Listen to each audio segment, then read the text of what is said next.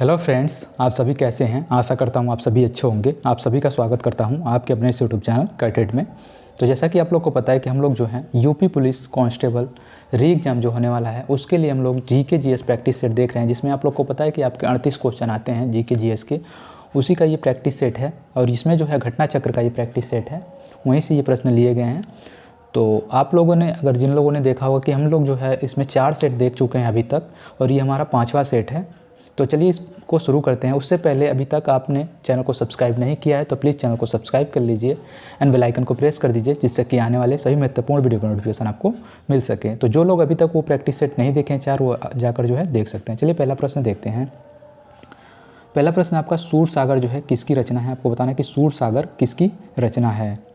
ठीक है, सूरसागर जो है किसकी रचना है। सूरदास की है, कबीरदास की है, कालिदास की है, फिर तुलसीदास की है। तो सूरसागर आपकी जो है सूरदास की रचना है। ठीक है, सूरसागर किसकी रचना है, सूरदास की है। कबीरदास की आप लोग को क्या पता है, कबीरदास की जो है कौन सी रचना है, तो बीजक जो है कबीरदास की रचना हो जाएगी। ठीक है, कबीरदास की रचना क्या हो जाएगी, बीजक। कालिदास की आप लोग को पता है, है क्या है, अभिज्ञान शकुंतलम जो है कालिदास की है। तुलसीदास का जो है रामचरितमानस जो है फेमस है, इसे भी आप लोग याद रख सकते हैं। तो इसका right answer option number first हो जाएगा। अगला प्रश्न देखते हैं। अगला प्रश्न आपका, विख्यात भारत माता मंदिर स्थित है। विख्यात भारत माता मंदिर जो है कहाँ पर स्थित है, आपको बताना है। लखनऊ में, वाराणसी में, इलाहाबाद में, मेरठ में। तो इस प्रश्न का आपका राइट आंसर हो जाएगा ये आपका वाराणसी में स्थित है। और इसका जो है ये आपका जो बीएचयू है उसके परिसर में जो है स्थित है। और इसका जो है जो निर्माण किया था वो किया था बाबू शिव प्रसाद गुप्त ने। तो पूछ सकता है कि भारत माता मंदिर का जो है निर्माण किसने किया था, तो शिव प्रसाद गुप्त आप लोग याद रख सकते हैं। और इसका जो है उद्घाटन किसके द्वारा किया गया था, तो ये भी इम्पोर्टेंट हो जाता है। तो महात्मा गांधी जी के द्वारा जो है 1936 में जो है इसका उद्घाटन किया गया था। इसे भी आप लोग याद रखिएगा। तो इस प्रश्न का हमारा राइट आंसर हो जाएगा ऑप्शन नंबर सेकेंड, वाराणसी। अगला प्रश्न देखते हैं। तो ये प्रैक्टिस सेट है, हम लोग प्रैक्टिस सेट की तरह ही देखेंगे ताकि हम लोग जो है जल्दी से इसको देख पाएँ, टाइम का अपना बचत हो, क्योंकि एग्ज़ाम आपका लगा हुआ है 23 तारीख को। ठीक है, तो देखिए उत्तर प्रदेश में एक बब्बर शेर सफारी स्थापित किया गया है। बब्बर शेर सफारी कहाँ पर स्थापित किया गया है, तो ऑप्शन देखिए यहाँ पे नीचे, बलरामपुर में, इटावा में, महाराजगंज में या फिर पीलीभीत में। तो इस प्रश्न का आपका राइट आंसर हो जाएगा ऑप्शन नंबर सेकंड जो है, एक बब्बर शेर जो है स्थापित किया गया है कहाँ पर, इटावा में। तो इस प्रश्न का हमारा right answer option number second हो जाएगा। लेटेस्ट में आप लोग को पता है कि अभी जो है महाराजगंज में जो है एक वल्चर प्रजनन केंद्र जो है, जिसे जटायु प्रजनन केंद्र या फिर जो है गिद्ध प्रजनन केंद्र जो है बोलते हैं। ठीक है, तो ये जो है आपका महाराजगंज में स्थापित हुआ है। बाकी इस प्रश्न का हमारा राइट आंसर हो जाएगा ऑप्शन नंबर सेकेंड, इटावा। अगला प्रश्न देखते हैं। अगला प्रश्न आपका, उत्तर प्रदेश में संतरे की पैदावार वाला प्रमुख जिला निम्नलिखित में से कौन सा है। लखनऊ, उन्नाव, सहारनपुर या फिर इलाहाबाद। तो बताइए इसमें से कौन सा आपका राइट आंसर हो जाएगा, लखनऊ, उन्नाव, सहारनपुर या फिर इलाहाबाद। तो इस प्रश्न का हमारा राइट आंसर हो जाएगा ऑप्शन नंबर सेकंड जो है, सहारनपुर जो है संतरे की पैदावार के लिए जो है प्रमुख जिला माना जाता है। ठीक है, तो ऑप्शन नंबर थर्ड जो हमारा राइट आंसर हो जाएगा। अगला प्रश्न देखते हैं। अगला प्रश्न आपका, उत्तर प्रदेश के ब्रजमंडल का संबंध इनमें से किस लोक नृत्य से संबंधित है। चरकुला से, छोलिया से या फिर जोगनी। फोर्थ ऑप्शन आपका नटवरी से। तो नटवरी आप लोग को पता है कि जो है पूर्वांचल का जो है लोक नृत्य है। और जो इस प्रश्न का हमारा राइट आंसर हो जाएगा वो हमारा राइट आंसर हो जाएगा चरकुला। चरकुला जो है ब्रजभूमि क्षेत्र या फिर ब्रजमंडल क्षेत्र से संबंधित है। तो ऑप्शन नंबर फर्स्ट जो हमारा राइट आंसर हो जाएगा। अगला प्रश्न देखेंगे। अगला प्रश्न है आपका, उत्तर प्रदेश का गुरु पूर्णिमा समर्पित है किस ऋषि के लिए समर्पित है। उत्तर प्रदेश का जो गुरु पूर्णिमा जो मनाया जाता है वो किस ऋषि के लिए समर्पित है। व्यास के लिए, वशिष्ठ को, वाल्मीकि को या फिर भृगु को। तो ये जो है गुरु पूर्णिमा जो है देखिए बौद्ध धर्म और हिंदू धर्म दोनों से संबंधित हो जाता है, जिसमें बौद्ध धर्म में जो है गुरु पूर्णिमा जो है बुद्ध भगवान के प्रथम उपदेश के रूप में जो है मनाया जाता है, जो कि सारनाथ में आप लोग को पता है कि गौतम बुद्ध ने जो है पहला अपना उपदेश जो है कहाँ पे दिया था, तो सारनाथ वाराणसी में दिया था। उसके बाद से यदि आपसे पूछ लेता है सबसे ज़्यादा जो है कहाँ पर उपदेश दिया है, तो श्रावस्ती में 10 बार जो है उन्होंने उपदेश दिया था। लेकिन फर्स्ट टाइम आपसे पूछता है तो वाराणसी सारनाथ हो जाएगा। और इस प्रश्न का हमारा राइट आंसर हो जाएगा, उत्तर प्रदेश गुरु पूर्णिमा जो है व्यास के लिए जो है मनाया जाता है। ठीक है, व्यास, ऋषि व्यास के लिए। ठीक है, ऑप्शन नंबर फर्स्ट जो हमारा राइट आंसर हो जाएगा। अगला प्रश्न देखेंगे। अगला प्रश्न आपका, उत्तर प्रदेश राज्य चर्म विकास एवं विपणन निगम लिमिटेड कहाँ पर स्थित है। देखिए यहाँ पे क्वेश्चन है आपका, उत्तर प्रदेश राज्य चर्म विकास एवं विपणन निगम लिमिटेड जो है कहाँ पर स्थित है? आगरा, कानपुर, मुरादाबाद या फिर गाजियाबाद। तो इस प्रश्न का आपका राइट आंसर हो जाएगा आगरा में। ठीक है, आगरा में जो है आपका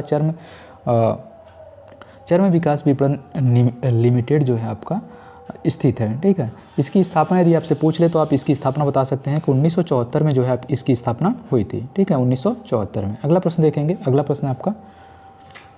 प्रश्न आपका 13 से 26 मई 2024 के मध्य संयुक्त सैन्य अभ्यास शक्ति का 7वां संस्करण जो है किन देशों की सेनाओं के बीच जो है आयोजित किया गया? तो शक्ति सैन्य अभ्यास का जो 7वां संस्करण है, देखिए आप संस्करण भी याद रखिएगा कि कौन सा संस्करण, यदि आपसे केवल पूछ लेता है कि शक्ति सैन्य अभ्यास जो है का कौन सा संस्करण जो है अभी आयोजित किया गया, बस इतना ही पूछ सकता है। तो 7वां जो है आपको याद रखना है। और उसके बाद से जो है किन दो देशों के बीच जो है ये संस्करण आयोजित हुआ है शक्ति अभ्यास जो है, तो ये जो है आपका इंडिया और फ्रांस के बीच जो है संयुक्त सैन्य अभ्यास है। किसके बीच? इंडिया और फ्रांस के बीच। ठीक है, और इसका जो है अभी आयोजन कहाँ पे हुआ है? तो मेघालय की उमरोई में है जो है इसका आयोजन जो है हुआ है। ठीक है, और ये 7वां संस्करण है, तो इसे भी आप लोग जो है याद रखिएगा। चलिए अगला प्रश्न देखते हैं। अगला प्रश्न हो जाए, देखते हैं हम लोग, जून 2024 में किस राज्य के नागी नकटी पक्षी अभ्यारण्य को रामसर स्थल की सूची में शामिल किया गया है? तो रामसर स्थल की सूची में जो है किन दो साइट को जो है अभी हाल ही में नागी और नकटी को शामिल किया गया है, वो कहाँ पर स्थित हैं? आप लोग को पता है कि रामसर की स्थापना जो है कब हुई थी? तो ये 2 फरवरी 1971 में जो है ईरान में हुई थी। ठीक है, ईरान का एक शहर है रामसर स्थल। ठीक है, रामसर उसी के नाम पे जो है इसका रामसर स्थल सूची जो है रखा गया है। तो इस प्रश्न का हमारा राइट आंसर हो जाएगा ऑप्शन नंबर फर्स्ट। बिहार के नागी नकटी को जो है रामसर साइट, नागी नकटी अभ्यारण्य को जो है रामसर स्थल की सूची में जो है शामिल किया गया है। और ये जो है आपका अब जो है इन दोनों को लेकर जो है भारत में टोटल कितने रामसर स्थल हो गए हैं? तो 82 जो है हो गई हैं। ठीक है, तो इसे भी आप लोग याद रखिएगा। अगला प्रश्न देखते हैं। अगला प्रश्न आपका, जून 2024 में मौद्रिक नीति समिति ने किस दर पर रेपो रेट को लगातार 8वीं बार अपरिवर्तित रखा है? तो देखिए ये रेपो रेट जो है रेपो रेट समिति, इसमें जो है 6 मेंबर होते हैं, 3 RBI के होते हैं और 3 गवर्नमेंट ऑफ इंडिया के होते हैं।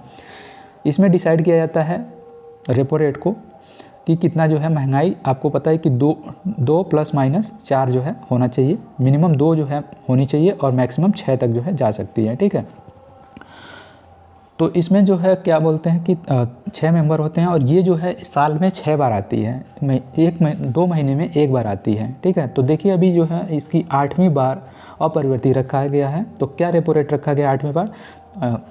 लगातार 8वीं बार तक जो है तो 6.50% यानी 6.5% जो है अभी जो है, आप लोग को पता ही होगा, आप लोग अगर देखते होंगे करंट अफेयर्स, तो फिर से जो है इस महीने में जो आई है 2-3 दिन पहले इसकी रेपो रेट, तो फिर भी इतनी ही रखी गई है, फिर भी परिवर्तित नहीं किया गया। तो 8वीं बार तो ही तो जून तक का 8 बार हो गया था, 9वीं बार भी जो है इसको अपरिवर्तित रखा गया है। तो यदि आपसे किसी महीने का भी नाम देकर यदि आपसे पूछ लेता है कि रेपो रेट जो है कितनी है इस महीने में थी, या पूछ लेता है कि कितनी थी या फिर है, तो 6.50% आप लोग याद रखिएगा, क्योंकि ये लगातार 9वीं बार हो गया। तो ये पूछ सकता है महीने का आपको नाम देके कि इस महीने में रेपो रेट कितनी थी।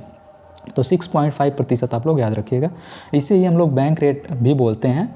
और ये जो है SBI मतलब RBI के द्वारा जो है बैंकों को दिए जाने वाला शॉर्ट टर्म लोन होता है। ठीक है, अगला प्रश्न देखते हैं। अगला प्रश्न आपका, जून 2024 में भारतीय सेना की त्रिशक्ति कोर ने किस राज्य में प्लास्टिक अपशिष्ट प्रबंधन और रिसाइक्लिंग संयंत्र का जो है उद्घाटन किया है? जून 2024 में भारतीय सेना की त्रिशक्ति कोर ने किस राज्य में प्लास्टिक अपशिष्ट प्रबंधन रिसाइक्लिंग संयंत्र का उद्घाटन जो है किया है? सिक्किम, पश्चिम बंगाल, त्रिपुरा या फिर मणिपुर। तो इस प्रश्न का हमारा राइट आंसर हो जाएगा ऑप्शन नंबर फर्स्ट जो है सिक्किम। ठीक है, तो भारतीय सेना की त्रिशक्ति कोर ने जो है अब प्लास्टिक अपशिष्ट प्रबंधन रिसाइक्लिंग संयंत्र का जो है उद्घाटन कहाँ पर किया है? तो सिक्किम में जो है किया है। ठीक है, तो आप लोग इसे याद रखेंगे, सिक्किम के चांगुंग में। ठीक है, इसे भी आप लोग शहर का नाम से यदि आपसे पूछ लेता है, चांगंगू। ठीक है, तो चलिए अगला प्रश्न देखते हैं। अगला प्रश्न है आपका, हाल ही में माउंट एवरेस्ट को फतेह करने वाली सबसे उम्र दराज जो है महिला का क्या नाम है? हाल ही में जो है माउंट एवरेस्ट की ऊंचाई आप लोग को पता ही है कि 8,848 है, ठीक है, 8,848 मीटर है। तो सब इस पे जो है फतेह करने वाली सबसे उम्र दराज महिला कौन सी हैं? अरुणिमा चौधरी, बछेंद्री पाल, आशा लता कुमारी या फिर ज्योति रात्रे। तो इस प्रश्न का हमारा राइट आंसर हो जाएगा ऑप्शन नंबर 4। ज्योति रात्रे जो हैं 55 साल की हैं और ये कहाँ की हैं? 55 ईयर्स की हैं और ये मध्य प्रदेश की रहने वाली हैं, ठीक है। तो इसे आप लोग याद रखिएगा। इससे पहले जो है कौन थी सबसे उम्र दराज महिला? तो वो थी आपकी संगीता बहल, जो कि 53 वर्ष की थी, 53 ईयर्स की थी संगीता बहल। इससे पहले जो उम्र दराज महिला थी वो थी संगीता बहल। इस प्रश्न का हमारा राइट आंसर हो जाएगा ज्योति रात्रे, मध्य प्रदेश की रहने वाली हैं। अगला प्रश्न देखेंगे। अप्रैल 2024 में लॉरियस वर्ल्ड स्पोर्ट्स 2024 में किसे Laureus sports man of the year चुना गया है? तो आपको बताना है कि अप्रैल 2024 में लॉरियस वर्ल्ड स्पोर्ट्स 2024 में किसे Laureus sports man of the year किसे चुना गया है? लियोनेल मेसी को, नोवाक जोकोविच को, क्रिस्टियानो रोनाल्डो को या फिर कार्लोस अल्कराज को?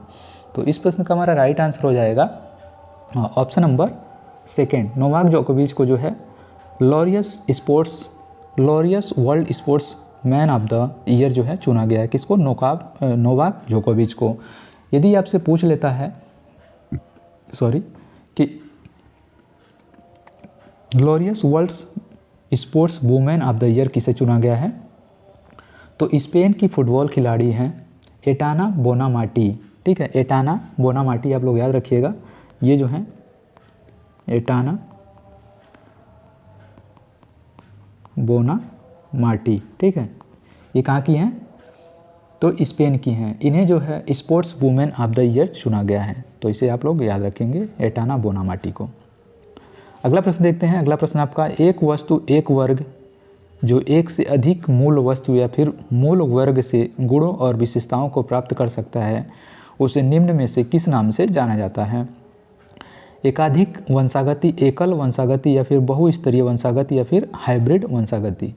तो देखिएगा, इसको आप लोग ज़्यादातर लोग बहुस्तरीय फिर हाइब्रिड वंशागति कर सकते हैं, लेकिन इस प्रश्न का हमारा राइट आंसर हो जाएगा एकाधिक वंशागति, ठीक है। एक वस्तु या वर्ग जो एक से अधिक मूल वस्तु या फिर मूल वर्ग से गुणों और दोषों को प्राप्त कर सकता है, उसे किस नाम से जाना जाता है? तो एकाधिक वंशागति के नाम से जो है जाना जाता है। अगला प्रश्न देखते हैं। अगला प्रश्न हमारा, कुतुब मीनार का निर्माण किसने पूर्ण करवाया था? आपसे पूछ रखा है कि कुतुब मीनार का निर्माण जो है किसने पूर्ण करवाया था? तो आप लोग को पता ही होगा कि कुतुब मीनार का निर्माण जो इसकी जो नींव रखी थी वो किसने रखी थी जो है? तो कुतुबुद्दीन ऐबक ने जो है इसको प्रारंभ करवाया था। इसकी नींव रखी थी किसने? कुतुबुद्दीन ऐबक ने। कुतुब मीनार का जो नींव रखी थी या फिर प्रारंभ किया था वो कुतुबुद्दीन ऐबक किया था, लेकिन इसे जो है पूर्ण करवाया था वो इल्तुतमिश हो जाएगा। तो इस प्रश्न का हमारा राइट आंसर हो जाएगा ऑप्शन नंबर 4 जो है इल्तुतमिश हो जाएगा। इसके अलावा जो है एक फिरोज शाह तुगलक का नाम भी जो है कुतुब मीनार से रिलेटेड आता है कि 4th मंजिल का नाम रिपेयर और 5th मंजिल का निर्माण जो है किसने करवाया था? तो फिरोज शाह तुगलक के द्वारा जो है करवाया था, ठीक है। लेकिन आपसे पूछ ले कि इसकी नींव किसने रखी थी, तो वो हो जाएगा कुतुबुद्दीन ऐबक, और पूर्ण किसने करवाया था? तो इल्तुतमिश हो जाएगा। तो इस प्रश्न का हमारा राइट आंसर ऑप्शन नंबर 4 हो जाएगा, ठीक है। इतना आप लोग याद रखिएगा। अगला प्रश्न देखते हैं। अगला प्रश्न है, कांग्रेस का प्रथम बार विभाजन कब हुआ था? आपको बताना है कि कांग्रेस का जो है प्रथम बार विभाजन कब हुआ था? 1909 में, 1907 में, 1919 में या फिर 1935 में? तो कांग्रेस का प्रथम बार विभाजन जो हुआ था 1907 में हुआ था। इसमें गरम दल और नरम दल जो है विभाजित हो गए थे। इसकी अध्यक्षता ये आपका सूरत अधिवेशन हुआ था, ठीक है। 1907 में सूरत अधिवेशन हुआ था, जिसकी अध्यक्षता कौन कर रहे थे? तो रास बिहारी घोष कर रहे थे, ठीक है।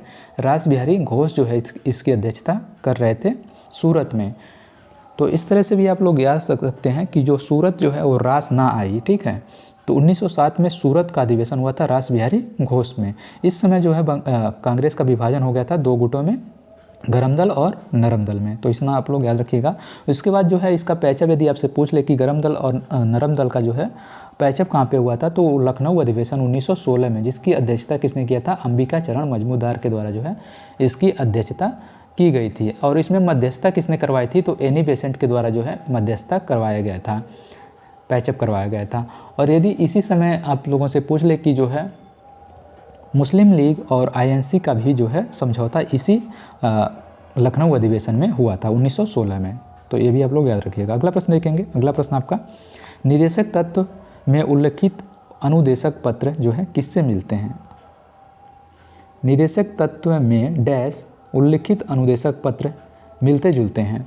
भारतीय परिषद अधिनियम 1909 से, भारतीय सरकार अधिनियम 1919 से, भारत सरकार अधिनियम 1935 से, या फिर जो है भारतीय स्वतंत्रता अधिनियम 1947 से। तो इस प्रश्न का हमारा राइट आंसर हो जाएगा ऑप्शन नंबर थर्ड जो है भारत सरकार अधिनियम 1935 से। नीति निदेशक तत्व जो है आप लोग को पता है कि आयरलैंड से लिया गया है, लेकिन जो है इसके ज़्यादातर ये जो है इसके आर्टिकल जो है किससे मिलते जुलते हैं, तो भारत सरकार अधिनियम 1935 के अनुदेशक पत्र से जो है ज़्यादातर मिलते जुलते हैं। तो इस प्रश्न का हमारा right answer option number third हो जाएगा, भारत सरकार अधिनियम 1935। और नीति निदेशक तत्व आप लोग को पता है कहाँ से आए हैं, कहाँ से लिए गए हैं, तो आयरलैंड से लिए गए हैं, DPSP जो कि भाग 4 में रखे गए हैं, ठीक है, 36 से 51 तक। अगला प्रश्न देखेंगे। अगला प्रश्न है हमारा, राष्ट्रीय फसल बीमा पोर्टल निम्नलिखित में से किस योजना से संबंधित है? राष्ट्रीय फसल बीमा पोर्टल निम्नलिखित में से किस योजना से संबंधित है? प्रधानमंत्री फसल बीमा योजना, प्रधानमंत्री किसान सम्मान निधि योजना, परंपरागत कृषि योजना, फिर मृदा स्वास्थ्य कार्ड योजना। तो इस प्रश्न का आपका राइट आंसर क्या हो जाएगा, आप लोग बताइए। तो इसका राइट आंसर हो जाएगा प्रधानमंत्री फसल बीमा योजना, ठीक है। ये पोर्टल जो है प्रधानमंत्री फसल बीमा पोर्टल जो है प्रधानमंत्री फसल बीमा योजना से संबंधित है। इसमें जो है आपदा, किसी भी प्रकार की आपदा से क्षति होती है यदि फसल की, तो इसमें जो है बीमा कवर दिया जाता है किसानों को, ठीक है। और ये इसमें जो है आर्थिक सहायता दी जाती है। प्रधानमंत्री किसान सम्मान निधि योजना में जो है आर्थिक सहायता आप लोग को पता है कि एक साल में जो है 6,000 रुपये जो है दिए जाते हैं प्रधानमंत्री किसान सम्मान निधि योजना के तहत। लेकिन इस प्रश्न का हमारा राइट आंसर हो जाएगा प्रधानमंत्री फसल बीमा योजना। अगला प्रश्न देखेंगे। अगला प्रश्न आपका, कृषि क्षेत्र में गोल क्रांति किससे संबंधित है? तो गोल क्रांति आप लोग बताइए, टमाटर से संबंधित है, खाद से, आलू से, या फिर मांस से? तो गोल क्रांति आपका आलू से संबंधित हो जाएगा। ऑप्शन नंबर थर्ड जो है इसका राइट आंसर है। अगला प्रश्न देखेंगे। अगला प्रश्न आपका, निम्नलिखित अधिकारियों में से कौन सा डोपिंग रोधी एंटी डोपिंग की जाँच करता है? इस प्रश्न का आपका राइट आंसर क्या हो जाएगा, आप लोग बताइए कि इसका राइट आंसर क्या हो जाएगा। अंतर्राष्ट्रीय भागीदारी,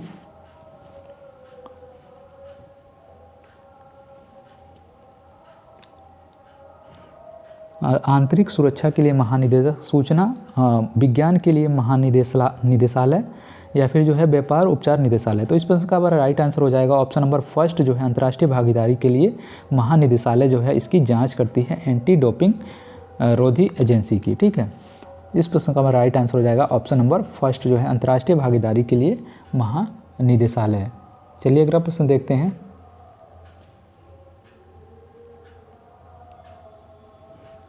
अगला प्रश्न आपका, सॉरी, इस प्रश्न का आपका राइट आंसर हो जाएगा, थोड़ा सा इसका ऑप्शन हो जाएगा इसका फर्स्ट ना होके जो है फोर्थ जो है इसका राइट आंसर हो जाएगा व्यापार उपचार और निदेशालय जो है इसका फोर्थ ऑप्शन है, ठीक है। इसे आप लोग करेक्ट कर लीजिएगा। ऑप्शन नंबर फोर्थ जो है ये वाणिज्य विभाग के जो है अंतर्गत आता है, जो कि लगातार जो है हर वीडियो में जो है इससे एक क्वेश्चन जरूर ही रहता है इस मंत्रालय से, वाणिज्य विभाग मंत्रालय से, जिसको मैं आप लोग को बता चुका हूँ कि इसके मंत्री कौन है, पीयूष गोयल हैं। तो ये व्यापार उपचार निदेशालय के अंतर्गत जो है एंटी डोपिंग एजेंसी आती है। अगला प्रश्न देखेंगे। अगला प्रश्न है, जनसांख्यिकी संक्रमण मॉडल का प्रथम चरण डैश द्वारा वर्णित है। जनसांख्यिकी संक्रमण मॉडल का प्रथम चरण जो है किस जन्म दर, प्रथम ऑप्शन आपका जन्म दर, उच्च जन्म दर और निम्न मृत्यु दर, निम्न जन्म दर और निम्न मृत्यु दर, उच्च जन्म दर और उच्च मृत्यु दर, निम्न जन्म दर और उच्च मृत्यु दर। तो इस प्रश्न का आपका राइट आंसर क्या हो जाएगा, आप लोग बताइएगा कि इसका क्या राइट आंसर हो जाएगा। तो इस प्रश्न का हमारा राइट आंसर हो जाएगा ऑप्शन नंबर थर्ड जो है उच्च जन्म दर और उच्च मृत्यु दर जो है इसका थर्ड ऑप्शन राइट हो जाएगा। तो इसे आप लोग याद रखिएगा। गारो पहाड़ियाँ जो हैं कहाँ पर स्थित हैं? आपको बताना है कि गारो पहाड़ियाँ कहाँ पर स्थित है? राजस्थान में, उत्तराखंड में, मेघालय या फिर त्रिपुरा में। तो आप लोग को पता ही होगा कि गारो, खासी, जयंतिया जो तीनों पहाड़ियाँ हैं वो आपकी कहाँ पर स्थित हैं? तो मेघालय में स्थित हैं। तो ऑप्शन नंबर 3 जो है इसका राइट आंसर हो जाएगा। ऐसी यदि आपसे गारो जनजाति या खासी जनजाति या जयंतिया जनजाति पूछ लेता है तो उसे भी आप लोग जो है मेघालय ही टिक कीजिएगा, ठीक है। ऑप्शन नंबर 3 जो है इसका राइट आंसर हो जाएगा। गारो, खासी, जयंतिया जो है पहाड़ियाँ कहाँ पर स्थित है? मेघालय में। अगला प्रश्न देखेंगे, प्राकृतिक स्थलीय परिस्थितिकी तंत्र का उदाहरण निम्न में से जो है कौन सा है? ठीक है, तो बताइए इसमें से जो है आपका प्राकृतिक स्थलीय, जो कि प्राकृतिक तौर पर स्थलीय परिस्थितिकी तंत्र है, का उदाहरण इनमें से कौन सा है? जल, जीवशाला, झील, घास स्थल या फिर महासागर। तो देखिए जो स्थलीय है वो इसमें से दिख रहा है आपका, बाकी तो सब जल से रिलेटेड है, ठीक है, पहाड़ों से, जल से और महासागर से। लेकिन ये हमारा 3rd ऑप्शन जो है राइट आंसर हो जाएगा, ये स्थल से स्थित परिस्थितिकी तंत्र है। ऑप्शन नंबर 3 जो है घास स्थल, इसका राइट आंसर हो जाएगा। अगला प्रश्न देखेंगे, पृथ्वी के क्षोभ मंडल में सबसे प्रचुर मात्रा में कौन सी गैस जो है पाई जाती है? पृथ्वी के क्षोभ मंडल में सबसे प्रचुर मात्रा में कौन सी गैस पाई जाती है? नाइट्रोजन, आर्गन, कार्बन डाइऑक्साइड या फिर जो है आपका ऑक्सीजन। तो इस प्रश्न का हमारा राइट आंसर हो जाएगा, जो प्रकृति के क्षोभ मंडल में जो है प्रचुर मात्रा में गैस पाई जाती है वो नाइट्रोजन पाई जाती है। लगभग जो है 78% जो है नाइट्रोजन पाया जाता है, ठीक है। इसके अलावा आपको पता है कि ऑक्सीजन जो है कितना पाया जाता है? तो आपका 21% जो है लगभग पाया जाता है। कार्बन डाइऑक्साइड आपसे पूछ ले तो 0.04% जो है कार्बन डाइऑक्साइड पाया जाता है। वहीं आपसे आर्गन पूछ ले तो आर्गन जो हो जाएगा 0.3% के लगभग जो है आर्गन पाया जाता है, ठीक है। तो ये सब आप लोग जो है याद रखेंगे। इस प्रश्न का हमारा राइट आंसर हो जाएगा, क्षोभ मंडल में सबसे प्रचुर मात्रा में जो है नाइट्रोजन पाया जाता है। ऑप्शन नंबर 1 राइट आंसर हो जाएगा। अगला प्रश्न देखेंगे, प्रथम जल नीति वर्ष में डैश वर्ष में अपनाई गई थी? प्रथम जो है जल नीति किस वर्ष अपनाई गई थी? 1999 में, 1982 में या फिर 1986 या फिर 1987 में? तो इस प्रश्न का हमारा राइट आंसर क्या हो जाएगा? ऑप्शन नंबर डी जो है, ऑप्शन नंबर 4 जो है 1987, ठीक है। प्रथम राष्ट्रीय जल नीति जो है 1987 में अपनाया गया था। इसमें 2 बार जो है संशोधन हो चुका है। एक जो है हुआ था 2002 में हुआ था, उसके बाद से 2012 में जो है हुआ था, ठीक है। तो 2 बार जो है इसमें राष्ट्रीय जल नीति में जो है संशोधन हो चुका है, ठीक है। तो इसे भी आप लोग याद रख सकते हैं, 2 बार हुआ है।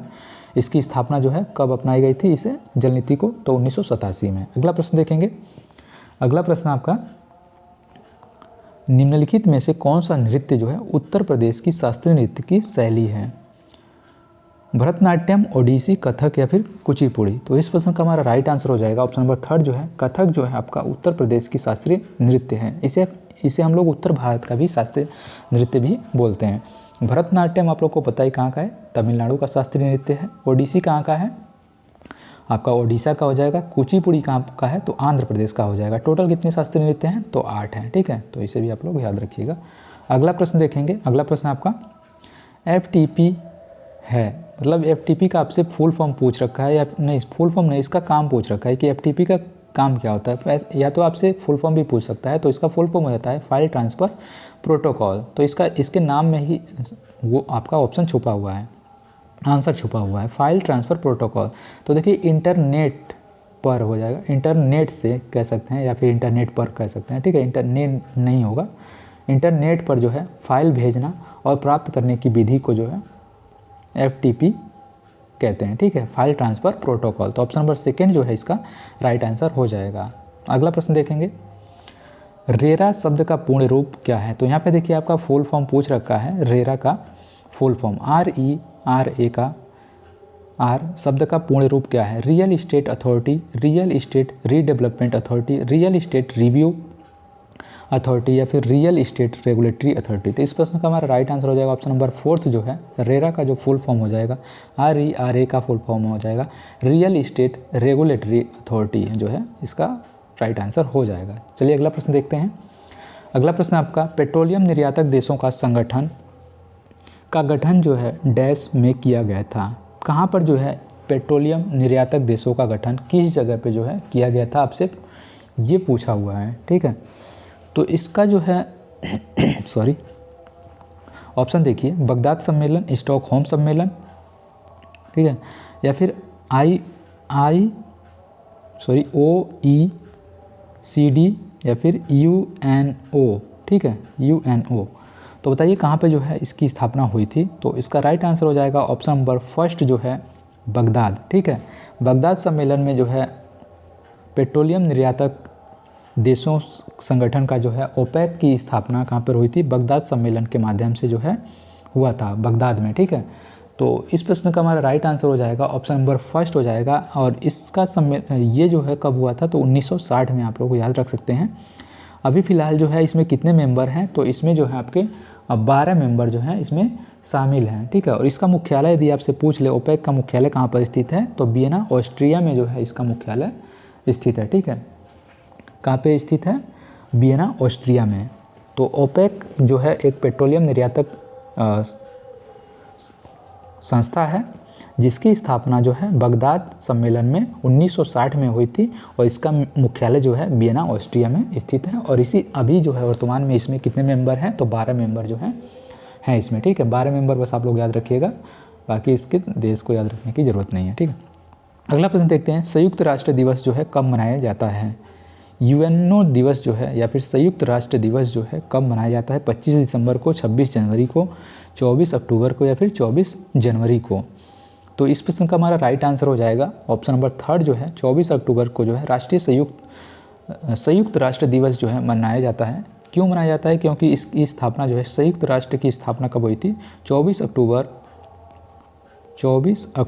1945 को, ठीक है। इसकी स्थापना इस दिन हुई थी, इसलिए जो हम लोग 24 अक्टूबर को जो है राष्ट्रीय संयुक्त दिवस के रूप में मनाया जाता है। तो ऑप्शन नंबर थर्ड इसका राइट आंसर हो जाएगा। चलिए अगला प्रश्न देखते हैं, भू हदबंदी निम्नलिखित में से किसे संदर्भित करता है। ऑप्शन फर्स्ट देखिए, उस अधिकतम सीमा का निर्धारक जिससे अधिक कोई भी किसी भी प्रकार की भूमि नहीं रख सकता। उस न्यूनतम सीमा का निर्धारण जिससे अधिक कोई भी भूमि किसी भी प्रकार की भूमि नहीं रख सकता। उस निश्चित सीमा का निर्धारण जिससे अधिक कोई भी आर्द्र भूमि नहीं रख सकता। उस अधिकतम सीमा का निर्धारण जिससे अधिक कोई भी कृषि भूमि नहीं रख सकता। तो इस प्रश्न का हमारा राइट आंसर हो जाएगा ऑप्शन नंबर फोर्थ जो है उस अधिकतम सीमा का निर्धारण जिससे अधिक कोई भी कृषि भूमि नहीं रख सकता, ठीक है। केवल कृषि भूमि जो है इसके अंतर्गत जो है भू हदबंदी के अंतर्गत जो है कृषि भूमि जो है एक फिक्स किया गया है गवर्नमेंट के द्वारा कि इतनी ही जो है कृषि भूमि आप रख सकते हैं। तो वो यदि कोई कृषि भूमि है तो वो नहीं रख सकता, बाकी अगर दूसरी भूमि है तो उसे जो है रख सकता है, ठीक है। तो इस प्रश्न का जो है राइट आंसर फोर्थ हो जाएगा। अगला प्रश्न देखते हैं, कंटिन्यू बोलने से जो है जल्दी जल्दी में थोड़ा सा फंस जाता है आवाज़। अगला प्रश्न देखते हैं, भूमि अधिग्रहण पुनर्वास और पुनर्स्थापना अधिनियम 2013 में उचित मुआवजा और पारदर्शिता के अधिकार के तहत पुनर्वास और पुनर्स्थापना के लिए नियुक्त एक अधिकारी को डैश कहा जाता है, सर्वेक्षण प्रशासक, अभियंता या फिर भूमि अधिग्रहण अधिकारी। तो इस प्रश्न का हमारा राइट आंसर हो जाएगा प्रशासक। ऑप्शन नंबर सेकेंड जो है इसका ऑप्शन नंबर सेकेंड जो है इसका राइट आंसर हो जाएगा भूमि अधिग्रहण पुनर्वास और पुनर्स्थापना अधिनियम 2013 की धारा 43 के अंतर्गत जो है प्रशासक को जो है नियुक्त किया जाता है, ठीक है। तो इसे जो है आप लोग याद रखिएगा। अगला प्रश्न देखेंगे, साइबर अपीलीय अधिग्रहण के आदेश के खिलाफ अपीलीय दायर करने की समय सीमा क्या है। मान लीजिए कि आपके साथ कोई साइबर फ्रॉड हो जाता है, तो जब जो है आप FIR जो है कितने दिन के अंदर जो है साइबर क्राइम के तहत जो है सूचना जो है अपील जो है दायर कर सकते हैं। ऑप्शन देखिए, 90 दिन, 30 दिन, 60 दिन या फिर 45 दिन। तो इस प्रश्न का हमारा राइट आंसर हो जाएगा ऑप्शन नंबर थर्ड, 60 दिन के अंदर जो है आपको आपके साथ यदि साइबर फ्रॉड होता है तो आप जो है FIR कर सकते हैं, ठीक है। तो इसे आप लोग याद रख सकते हैं। IT एक्ट 2000 के अंतर्गत जो है इसे 60 दिन के लिए जो है सुरक्षित किया गया है। अगला प्रश्न देखेंगे, साइबर अपराध में जो है क्या शामिल है। साइबर अपराध में कौन कौन सी चीज़ें शामिल होती हैं। कंप्यूटर के माध्यम से छल, कंप्यूटर के माध्यम से बौद्धिक संपदा संबंधी अधिकार, इंटरनेट के माध्यम से किसी भी एकांतता भंग करना, तो ये सभी जो है, या फिर उपयुक्त सभी, तो ये सभी जो है इसके राइट आंसर हो जाएंगे। साइबर अपराध के अंतर्गत जो है IT एक्ट 2000 के अंतर्गत जो है इन सभी को जो है साइबर अपराध के अंतर्गत रखा गया है। अगला प्रश्न देखेंगे, किस वर्ष में शब्द समाजवादी, पंथनिरपेक्ष और अखंडता संविधान की प्रस्तावना में शामिल किया गया था? 1952, 1966, 1950 या फिर 1976? तो इस प्रश्न का हमारा राइट आंसर हो जाएगा ऑप्शन नंबर 4। तो 1976 आप लोग को पता है कि 42वां संविधान संशोधन, ठीक है, जिसे मिनी कॉन्स्टिट्यूशन के नाम से भी जाना जाता है। इस संशोधन के माध्यम से प्रस्तावना में समाजवाद, पंथनिरपेक्ष और अखंडता शब्द को जोड़ा गया था। ये तीनों शब्द जो हैं फ्रांस से रिलेटेड शब्द हैं, ठीक है, फ्रांस से लिए गए शब्द हैं, समाजवादी, पंथनिरपेक्ष और अखंडता। तो ये भी आप लोग याद रखिएगा कि किस कंट्री से लिया गया है इसे, तो फ्रांस से लिया गया है, ठीक है। और इसे 42वें संविधान संशोधन 1976 में जो है प्रस्तावना में शामिल किया गया था। चलिए अगला प्रश्न देखते हैं। अगला प्रश्न हमारा, भारतीय संविधान में निम्नलिखित में से किस अनुच्छेद में केंद्र में सरकार के संसदीय स्वरूप से संबंधित है? तो संसदीय स्वरूप से कौन सा जो है आर्टिकल आपका संबंधित है? अनुच्छेद 74, अनुच्छेद 75 या फिर जो है ऑप्शन सेकेंड है अनुच्छेद 165 और 166, ऑप्शन थर्ड है अनुच्छेद 76 और 77, अनुच्छेद ऑप्शन फोर्थ है अनुच्छेद 163 और 164। तो इस प्रश्न का हमारा राइट आंसर हो जाएगा, भारतीय संविधान में केंद्र सरकार से संसदीय स्वरूप जो है संबंधित है। ऑप्शन नंबर फर्स्ट जो है अनुच्छेद 74 और अनुच्छेद 75। तो अनुच्छेद 74 जो है राष्ट्रपति के लिए जो है, ये राष्ट्रपति को सलाह देने के लिए जो है ये अनुच्छेद 74 जो है संबंधित है। उसी प्रकार जो है जो 75 जो है वो जो है आपका संबंधित किससे है? तो कलेक्टिवली रूप से जो है आप जो है जो एक सेकेंड रुकिएगा। तो देखिए ये सामूहिक रूप से जो है 75 जो आर्टिकल है वो आपका सामूहिक रूप से मंत्रिपरिषद को जो है संबोधित करते हैं, ठीक है। ऑप्शन नंबर फर्स्ट जो है इसका राइट आंसर हो जाएगा। तो इतना आप लोग याद रखिएगा। अगला प्रश्न देखते हैं। अगला प्रश्न आपका, भारतीय संविधान के किस भाग में आपातकालीन प्रावधान शामिल हैं? तो आपको बताना है कि किस भाग में जो है आपातकालीन की व्यवस्था की गई है। भाग 20 में, भाग 15 में, भाग 7 में या फिर भाग 18 में? तो आपातकालीन की व्यवस्था जो है ऑप्शन नंबर 4 जो है इसका राइट आंसर हो जाएगा, भाग 18 में जो है संबंधित है, ठीक है। भाग 20 में क्या संबंधित है? तो संशोधन से संबंधित जो है भाग 20 जो है संविधान संशोधन से संबंधित है आर्टिकल 368 में। भाग 15 जो है आपका निर्वाचन आयोग से संबंधित है और भाग 7 जो है आपकी शक्ति बंटवारे से संबंधित जो है भाग 7 है। चलिए अगला प्रश्न देखते हैं। तो ये हमारा जो है इस वीडियो का आखिरी प्रश्न था। अगर आप लोग को वीडियो अच्छा लगा हो तो प्लीज़ अपने कटेड चैनल को सब्सक्राइब करिएगा एंड ज़्यादा से ज़्यादा जो है इस वीडियो को शेयर करिएगा। चलिए फिर मिलते हैं नेक्स्ट वीडियो में, तब तक के लिए बाय एंड थैंक यू।